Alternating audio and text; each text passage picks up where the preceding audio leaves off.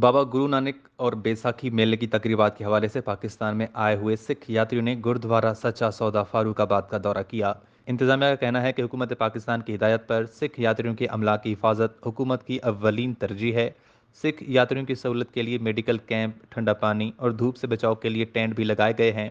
सिख यात्रियों की हिफाजत के लिए ज़िले पुलिस की जानिब से सिक्योरिटी के फुल प्रूफ इंतजाम किए गए।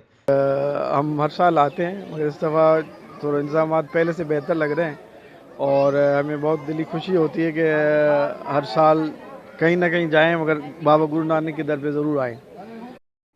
हम आते हैं यहाँ पर जैसे मन्नत के लिए हम धागा बांधते हैं और हमारी मन्नत पूरी होती है तो हम धागा छोड़ देते हैं और फिर हम ज़रूर कहते हैं हम हमेशा आते ही रहें।